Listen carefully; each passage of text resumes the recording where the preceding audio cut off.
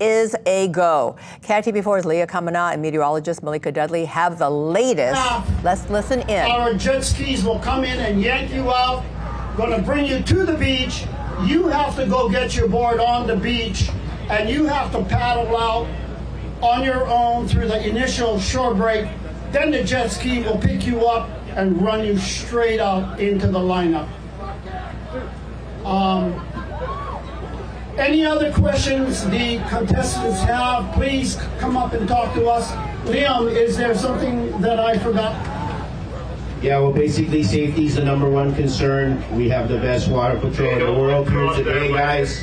So use your international signs. You guys all know your signs.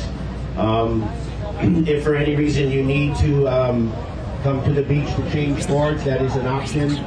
You need to get to the channel if you can and ask for assistance. Hi guys, as you've just heard, the Eddie is on. It's on. It's a go today. So we're going to do everything we can. It is very big out there. Right now they're doing an announcement so that everyone can kind of hear the safety precautions that need to be taken today because it is giant out there. Well, and you spoke with our safety patrol just within the last half an hour about what, and they feel they're prepared. This is what they know. This is what they do. They're ready for it. But, Uncle Clyde just there telling surfers what they need to do because it is really big out there. I actually just spoke to Aaron Gold, who is in heat #1, and I said, so how are you feeling? How are you feeling? It's really big, yeah? And he goes, I just want to get out there. Well, that's what they do. It's like us. We sacrifice sleep. We beat the traffic, but we just wanted to be out here. We love doing this. They love surfing those waves. We love being able to capture it all, So it's just the excitement is pumping out here. I spoke with a couple people here in the crowd. Their first Eddies. They're just ready to get it going. So here's what you need to know. So when it comes to traffic, it is backed up now. You can see behind us that it is packed. It is jam-packed here. You cannot be on the beach. The lifeguards are telling everyone to get off of the beach. So I'm not even sure how any of these spectators are going to see anything at all. Don't tell them that, Malika. Malika, you're giving them bad news. Those waves are big enough. They're going to have to go on their tippy toes. I'm short. If I can do it, they can do it. I'm not as tall as you, Malika. No, but for real.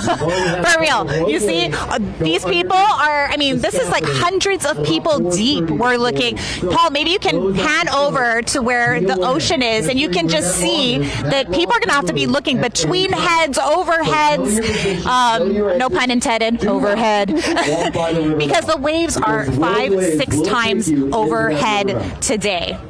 No, and the parking, the traffic has started to back up. You will start to get stuck. It's going to take you a little bit longer to get out here. Now, parking, just a couple hours ago, people were having to park as far as Laniakea if you're coming from Haleiwa, and the valley, it's full. It filled up at 1 a.m. So if you're looking for parking, you're going to have to park a little far away, walk yourself in. But, the people I've been talking to, they say it's worth it. Yeah, there is something about being here, the mana of this competition in particular, because it is a special contest. It's not just about the surfing. It's a cultural experience and expression for especially the native Hawaiian surfers. I don't know if you can speak maybe a little more to that. I think it's just Hawaiians have always had a connection to the ocean. And, the ocean is how we even got to Hawaii to begin with. You're talking about people who navigated by the stars on canoes. Like, we have that connection to the ocean, and that's what surfing is. Now we found this land, we're here, but surfing is being that opportunity to get back in the water, connect with the water, and connect with your ancestors, really. That's what it is for me, is that opportunity to be out there, and you feel the mana.